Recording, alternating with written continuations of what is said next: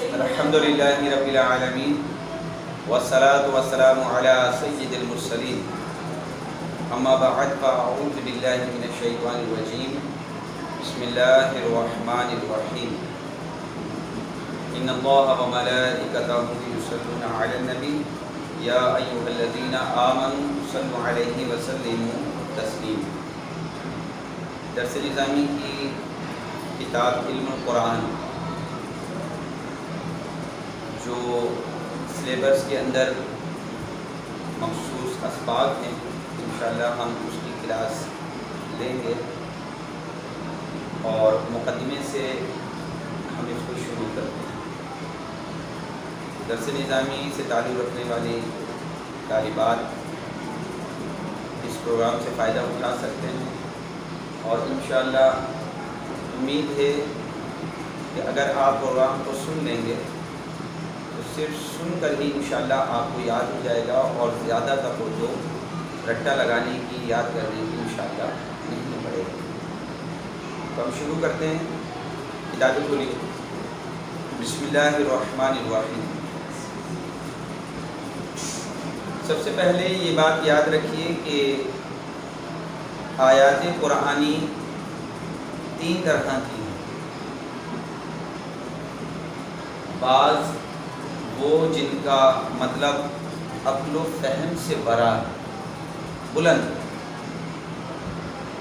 جس تک دماغوں کی رسائی نہیں، ہم نہیں سمجھ سکتے، انہیں متشابہات کہتے ہیں۔ وہ آیات کہ جن کا مطالب ہماری عقلوں سے بلند ہے، برا ہے، ان آیات کو کیا کہتے ہیں؟ زور سے بولیے، متشابہات۔ یہ پہلی قسم کی آیتیں ہیں کہ جن کا مطلب ہم نہیں سمجھ سکتے۔ ان میں سے بعض تو وہ ہیں کہ جن کے معنی ہی سمجھ میں نہیں آتے۔ متشابہات دو قسم کی آیات ہیں۔ ہم نے شروع میں کہا قرآن میں تین طرح کی آیات ہوتی ہیں۔ پہلی متشابہات کہ جن کا معنی مطالب ہمارے دماغوں کو سمجھنے سے برا ہے۔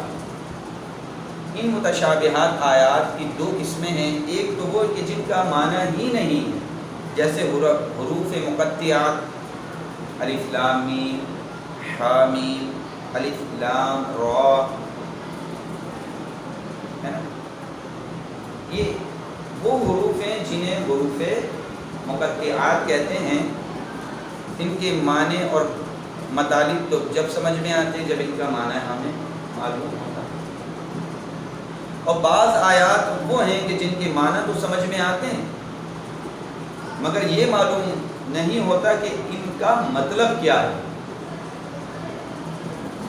کیونکہ ظاہری معنی بنتے ہی نہیں۔ جیسے اللہ تبارک و تعالی ارشاد فرماتا ہے فَأَيْنَمَا تُوَلُّوا فَثَمَّ وَجْهُ اللَّهِ، تم جدھر منہ کرو اللہ ادھر اللہ کا وجہ یعنی منہ ہے۔ اور ید اللہ فوق ایدیہم، اللہ کا ہاتھ ان کے ہاتھوں پر ہے۔ ثم استوى علی العرش، پھر رب نے عرش پر استوا فرمایا۔ وجہ کی معنی چہرہ، کیا ہے وجہ کے معنی؟ چہرہ۔ اور ید کے معنی ہاتھ، اور استوا کے معنی برابر ہونا ہے۔ مگر یہ چیزیں چہرہ، ہاتھ، برابر ہونا یہ رب کی شان کے لائق ہی نہیں، لہذا متشابہات میں سے اس قسم کی آیتوں پر ایمان لانا ضروری ہے۔ مطلب بیان کرنا درست نہیں ہے۔ اور دوسری قسم کی آیات کو آیات صفات کہتے ہیں۔ پہلی قسم کی آیات کون سی ہیں؟ پہلی قسم کی آیات کون سی ہیں؟ متشابہات۔ ان متشابہات آیات کی کتنی قسمیں ہیں؟ دو۔ پہلی قسم کون سی ہے؟ وہ آیات کہ جن کا معنی ہی نہیں، جیسے حروف مقطعات، اور دوسری قسم متشابہات کی وہ ہے کہ جن کے معنی تو ہیں لیکن مطلب سمجھ میں نہیں آتا۔ قرآن میں دوسری قسم کی جو آیات ہیں وہ آیات صفات کہلاتی ہیں۔ کیا کہلاتی ہیں؟ آیات صفات۔ بعض آیات وہ ہیں جو اس درجے کی مخفی نہیں، انہیں قرآنی اصطلاحات میں محکمات کہتے ہیں۔ کیا کہتے ہیں؟ محکمات۔ قرآن مجید میں سورہ آل عمران آیت نمبر 7 میں اللہ تبارک و تعالی ارشاد فرماتا ہے، رب وہ ہے جس نے آپ پر کتاب اتاری، اس کی کچھ آیات صفات معنی آرائی ہیں، وہ کتاب کی اصل ہیں، اور دوسری وہ ہیں جن کے معنی میں اشتباہ ہے۔ وہ لوگ جن کے دلوں میں کجی ہے وہ اشتباہ والی کے پیچھے پڑتے ہیں، گمراہی چاہنے اور اس کے معنی ڈھونڈنے کو، اور اس کا ٹھیک پہلو اللہ ہی کو معلوم ہے۔ ان محکمات میں بعض آیات وہ ہیں جن کے معنی بالکل صاف و صریح ہیں، جن کے سمجھنے میں کوئی دشواری نہیں ہوتی۔ آیات متشابہات کی بھی دو قسمیں ہیں اور آیات صفات کی بھی دو قسمیں ہیں۔ پہلی قسم وہ ہے کہ جس کے معنی بالکل صاف اور صریح ہیں، جن کے سمجھنے میں کوئی دشواری نہیں ہوتی، جیسے قل هو اللہ احد اللہ الصمد لم یلد ولم یولد ولم یکن لہ کفوا احد۔ فرما دو وہ اللہ ایک ہے۔ یہ بات سمجھ میں آتی؟ انہیں نصوص قطعیہ کہا جاتا ہے۔ کیا کہا جاتا ہے؟ آیات صفات کی پہلی قسم تو یہ ہو گئی کہ جن کے معنی بہت آسانی سے سمجھ میں آ جاتے ہیں۔ آیات صفات کی دوسری قسم وہ ہیں جن میں نہ تو متشابہات کسی پوشیدگی ہے کہ ذہن کی رسائی وہاں تک ہو ہی نہیں، نہ نصوص قطعیہ کی طرح ظہور ہے، اس میں تأمل کرنے پڑتا ہے ان آیتوں میں، اور ان آیتوں کو سمجھنے کے لیے تفسیر کی ضرورت پڑتی ہے۔ آیات صفات جو ہیں، ایک تو وہ ہے کہ جن کے معنی مطالب بالکل واضح ہیں، اور دوسری آیات صفات وہ ہیں کہ جن کے معنی اور مطالب کو سمجھنے کے لیے تفسیر کی ضرورت ہوتی ہے، لیکن وہ اتنی مشکل نہیں ہوتی کہ متشابہات کی طرح سمجھ میں آ جاتی ہیں، لیکن تفسیر کی ضرورت پڑتی ہے، تأمل کرنا ہی پڑتا ہے۔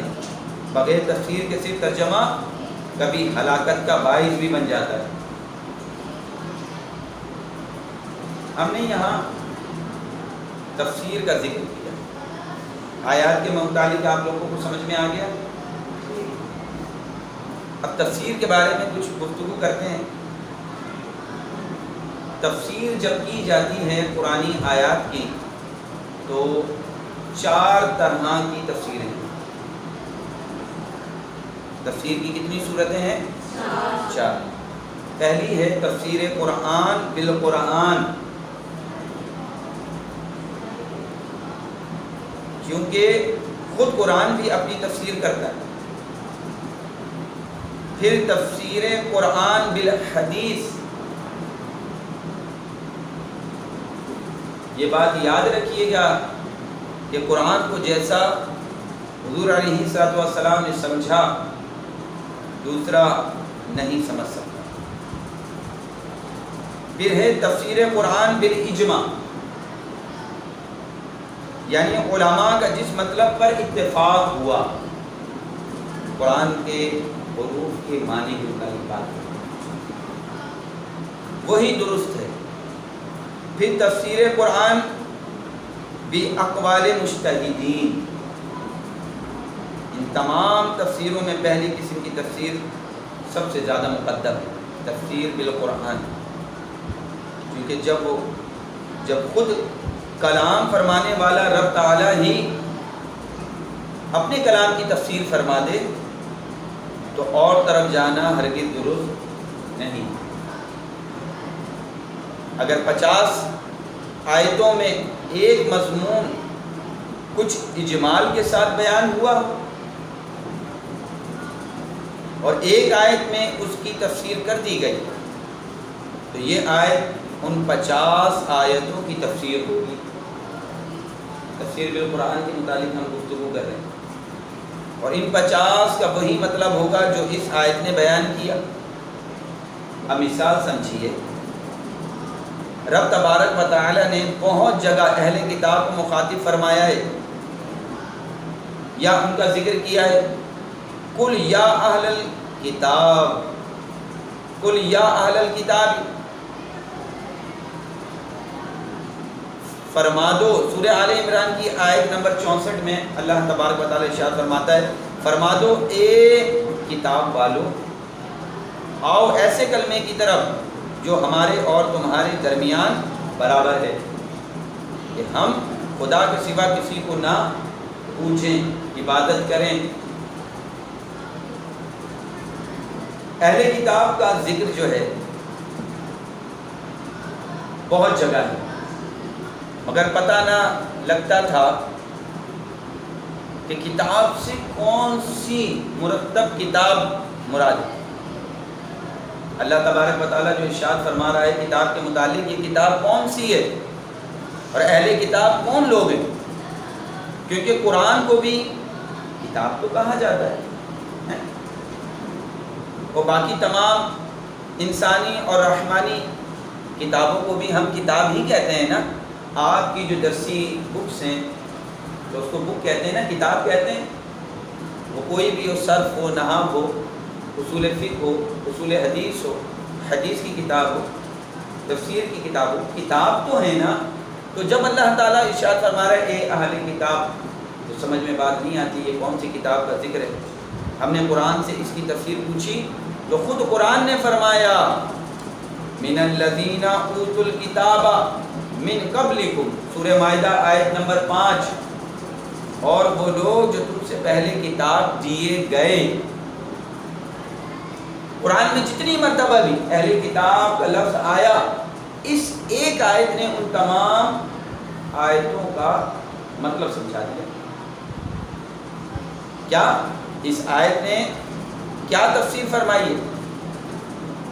کہ اہل کتاب نہ ہندو ہیں نہ سکھ ہیں، کہ ان کے پاس آسمانی کتاب ہی نہیں، نہ مسلمان مراد ہے کیونکہ اس کتاب سے پہلی آسمانی کتابیں مراد ہیں، صرف عیسائی، یہودی یعنی انجیل و توریت کے ماننے والے۔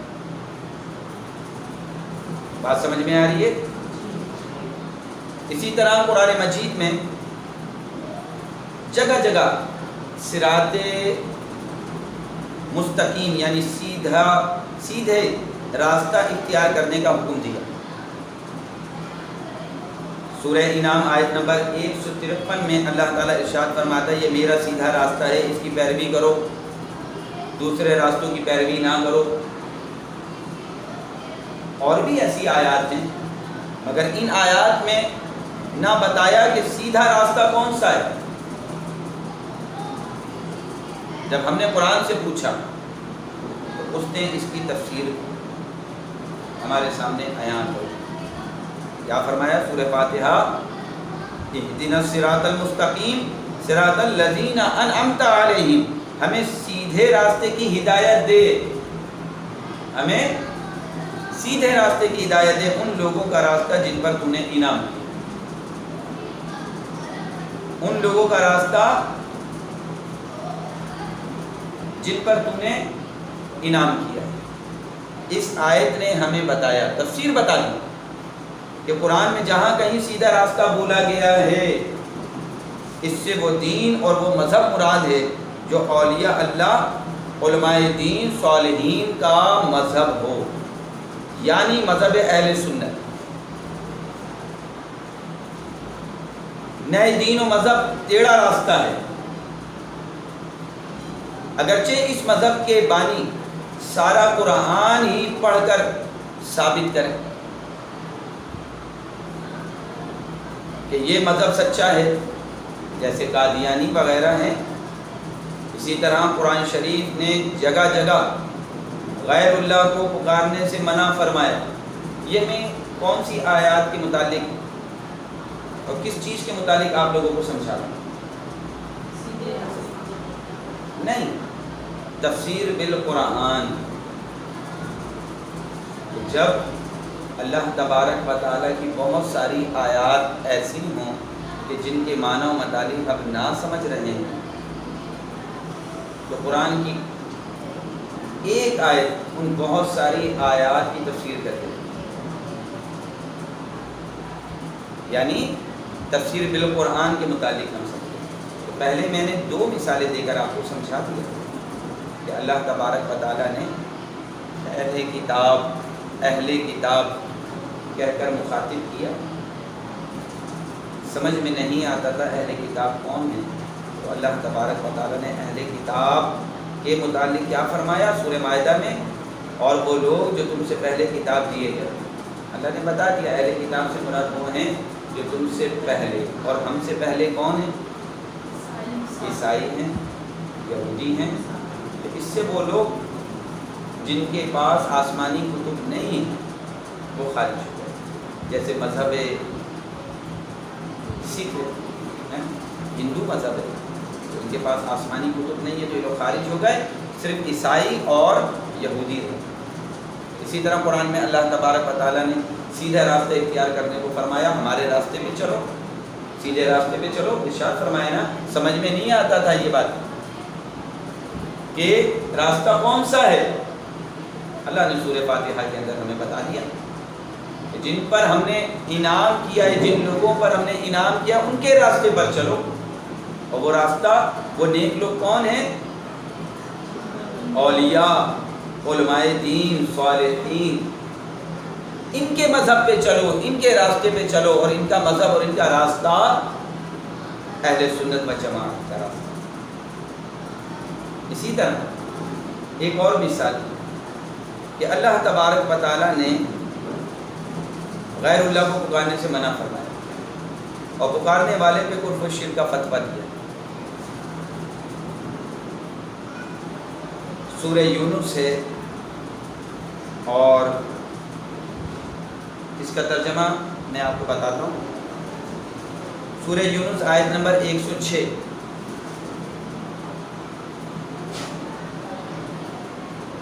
اور خدا کے سوا کسی ایسے کو نہ پکارو جو نہ تمہیں نفع دے اور نہ نقصان. سورہ یونس آیت نمبر 106. پھر اگر تم نے ایسا کیا تو تم ظالموں میں سے ہو. سورہ احقاف آیت نمبر 5. اس سے بڑھ کر گمراہ کون ہے جو غیر خدا کو پکارتے ہیں اور غائب ہو گئے ان سے جو وہ جنہیں پہلے یہ پکارتے تھے.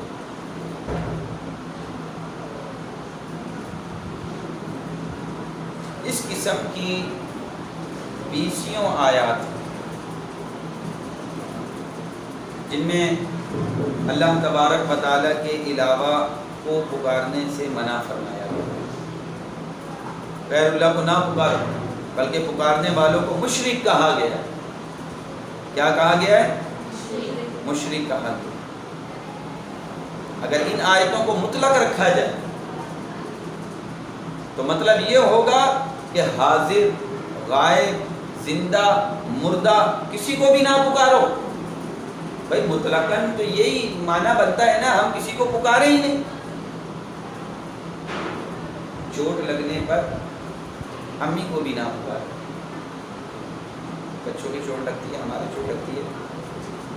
لفظ زبان پہ سب سے پہلا والدہ کے لیے نکلتا ہے، والد کے لیے نکلتا ہے. تو قرآن کی روح سے تو پھر یہ شرک ہو گیا. لیکن یہ معنی خود قرآن کی بہت ساری آیات کے بھی خلاف ہیں اور عقل کے بھی. خود قرآن کریم نے سورہ احزاب میں آیت نمبر 5 ادعوہم لآبائہم، انہیں ان کے باپوں کی نسبت سے پکارو۔ اللہ نے فرمایا نا پکارنے کا حکم دیا، اور ایک جگہ فرما رہا ہے کہ نہ پکارو۔ یہی بات سمجھا رہا کہ اچھا اسی طرح سورہ آل عمران آیت نمبر 153 میں کیا فرمایا؟ اسی سورہ بقرہ کی آیت نمبر 260 میں اللہ تبارک و تعالیٰ کیا ارشاد فرما رہا ہے؟ اور رسول تم کو پچھلی جماعت میں پکارتے تھے اے ابراہیم، پھر ان ذبح کیے ہوئے مردہ جانوروں کو پکارو۔ اس قسم کی 20 آیات ہیں جن میں زندوں اور مردوں کے پکارنے کا ذکر ہے۔ ہم دن رات ایک دوسرے کو پکارتے ہیں، بلکہ ہر نماز میں ہر مسلمان پیارے مصطفیٰ کریم علیہ السلام کو پکار کر سلام عرض کرتے ہیں۔ کیا کہتے ہیں؟ السلام علیکہ ایھا النبی ورحمۃ اللہ وبرکاتہ۔ اے نبی، یا نبی، پکارنا ہے نا، یہ ندا دینا ہے نا۔ یہ اگر پکارنا معاذ اللہ اگر اس کا مطلق معنی رکھا جائے قرآن کی ان آیات کا، تو بہت ساری جگہوں پر ہم شرک کرتے ہوئے نظر آئیں گے۔ اس کا معنی یہ ہوا کہ نماز میں ہر کلمہ پڑھنے والا کیا شرک کرتا ہے؟ وہ تو اللہ کے رسول کو پکار کے ان پہ سلام پڑھ رہے ہیں نا، یا ایھا النبی، السلام علیکہ ایھا النبی۔ اس کے معنی تو یہی ہے۔ ایو کا معنی کیا آتا ہے؟ یا ہی میں آتا ہے نا۔ آپ صرف و نحو کی گرامر سے واقف ہیں کہ ایو کا معنی کیا بنتا ہے؟ کیا بنتا ہے؟ یا بنتا ہے نا۔ یہاں کہا السلام علیکہ ایھا النبی، سلام ہو آپ پر، اے نبی آپ پر سلام ہو۔ لہذا ضرورت پڑی کہ ہم قرآن شریف سے ہی پوچھیں کہ ممانعت کی آیتوں میں پکارنے سے کیا مراد ہے؟ تو قرآن مجید نے اس کی تفسیر سورہ مومنون آیت نمبر 117 میں یوں فرمائی، اور جو کوئی اللہ کے ساتھ دوسرے معبود کو پکارے، کس کو پکارے؟ دوسرے معبود کو پکارے جس کی کوئی دلیل اس کے پاس نہیں، تو اس کا حساب اس کے رب کے پاس ہوگا۔ اللہ کے ساتھ کسی کو نہ پکارے۔ ان آیتوں نے بتایا کہ جن آیتوں میں غیر خدا کو پکارنے سے روکا گیا ہے، وہاں اسے خدا سمجھ کر پکارنا یا اللہ کے ساتھ ملا کر پکارنا مراد۔ بات سمجھ میں آئی؟ یعنی عبادت کرنا، پوجنا۔ لہذا ان آیتوں کی تفسیر سے تمام ممانعت کی آیتوں کا یہ مطلب ہوگا، اس تفسیر سے مطلب ایسا صاف ہو گیا کہ کسی قسم کا کوئی اعتراض پڑ سکتا ہی نہیں۔ نیز آگے سورہ احقاف آیت نمبر 5 اور 6 اللہ تعالیٰ کیا ارشاد فرما رہے ہیں، یہ بھی سنیے ترجمہ۔ اس سے بڑھ کر گمراہ کون ہے جو خدا کے سوا انہیں پکارے جو اس کی قیامت تک نہ سنے، اور انہیں اس کی پکار کی خبر تک نہیں، اور جب لوگوں کا حشر ہوگا تو وہ ان کے دشمن ہوں گے اور ان کی عبادت کے منکر ہو جائیں گے۔ اب توجہ کیجیے، اس آیت میں صاف طور پر پکارنے کو عبادت فرمایا، ٹھیک ہے، کہ قیامت میں یہ بت ان مشرکوں کی عبادت یعنی اس پکارنے کے منکر ہو جائیں گے، منع کر دیں۔ معلوم ہوا کہ پکارنے سے وہی پکارنا مراد ہے جو عبادت ہے، ایسا پکارنا نہیں جو ہم اور آپ ایک دوسرے کو پکارتے ہیں۔ نماز میں ہر مسلمان رسول کریم علیہ السلام کو پکارتا ہے، یہ عبادت کی نیت سے پکارنا نہیں ہے۔ اگر کوئی کسی سے مدد طلب کرتا ہے، کوئی اگر کہتا ہے یا رسول اللہ مدد، یا رسول اللہ انظر حالنا، یا حبیب اللہ اسمع قالنا، یا اگر کوئی کہتا ہے یا علی مشکل کشا، تو یہاں عبادت کی نیت سے کوئی پکار رہا ہے؟ عبادت ہے اس کے اندر؟ نہیں۔ اور قرآن نے واضح طور پہ عبادت کی نیت سے پکار کو شرک کہا، بلکہ جن کو عبادت کی نیت سے پکارا کل بروز محشر وہی ان کے منکر ہو جائیں گے۔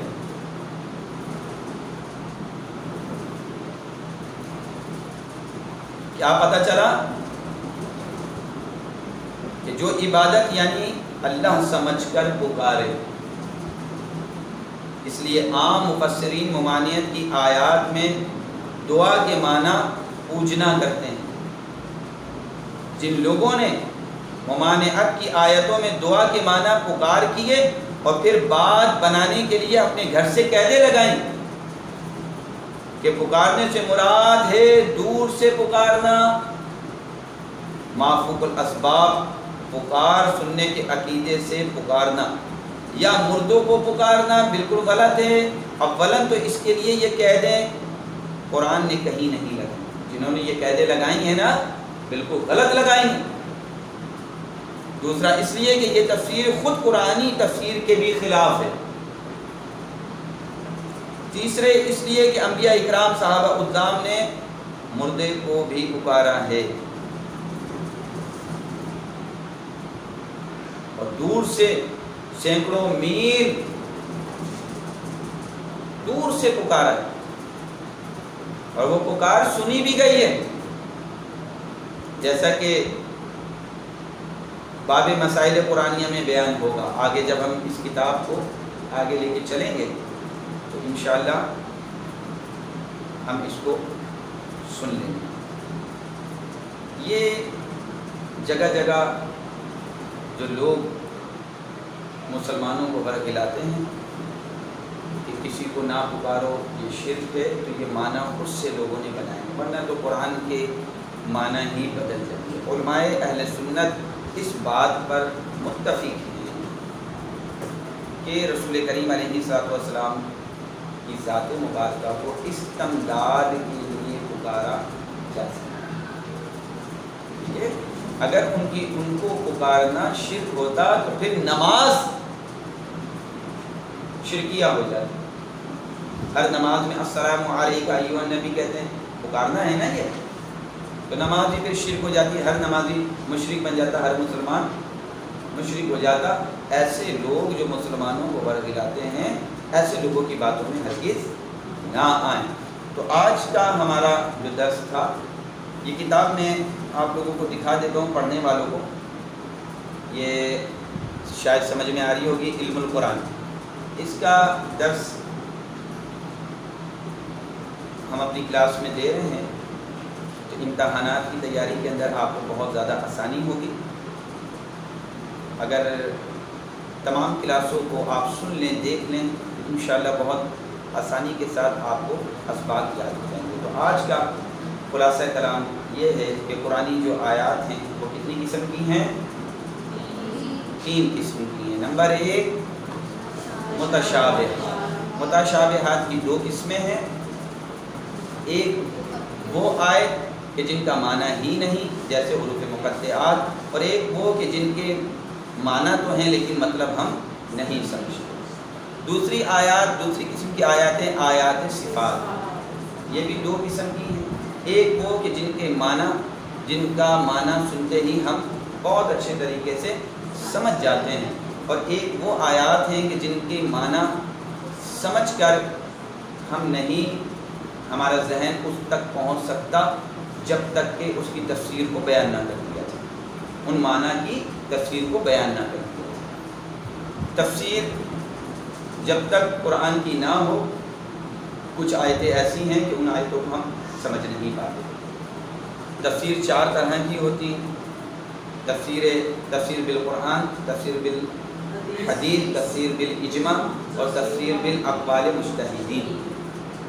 جب تفسیر بالقرآن یہ ہے کہ بہت ساری ایسی آیات کہ جن کے معنی ہم نہ سمجھ رہے ہوں، اور قرآن کی کوئی ایک آیت ایسی آ جائے کہ جو ان تمام بہت ساری آیات کے جن کے معنی و مطالب ہم نہیں سمجھ رہے تھے، ایک آیت آ کے ان کی تفسیر کو بیان کر دے۔ مثال کے طور پہ اللہ تعالیٰ فرماتا ہے اے اہل کتاب، اے اہل کتاب، تو سمجھ میں بات نہیں آتی کہ کون اہل کتاب ہے، تو اللہ تبارک و تعالیٰ نے واضح کر دیا، ہم نے پیچھے اس کو ذکر کر دیا۔ ایک آیت نے بتا دیا کہ کون ہے اہل کتاب۔ اللہ نے کہا سیدھے راستے پہ چلو، سیدھے راستے پہ چلو، بات سمجھ میں نہیں آتی تھی، اللہ تبارک و تعالیٰ کی ایک آیت نے ہمیں بتا دیا کہ سیدھا راستہ کون سا۔ اسی طرح بہت ساری آیتوں میں کہا کہ غیر اللہ کو نہ پکارو، غیر اللہ کو نہ پکارو، تو یہاں اس کی حقیقت کیا ہے، اس کے معنی کیا ہیں، وہ اللہ تبارک و تعالیٰ کی دوسری آیتوں نے ہم پر تفسیر کو واضح کر دیا۔ انشاءاللہ اس کے آگے کل ہم کلاس لیں گے۔ اللہ تبارک و تعالیٰ ہمیں سمجھنے کی توفیق عظیم عطا فرمائے۔ ہمارے چینل جامعہ کنز الانوار کو آپ لوگ دیکھیے، شیئر کیجئے، بیل آئیکن پریس کیجئے، دعا میں یاد رکھیے گا، ہم بھی آپ کو دعا میں یاد رکھیں گے۔ السلام علیکم ورحمۃ اللہ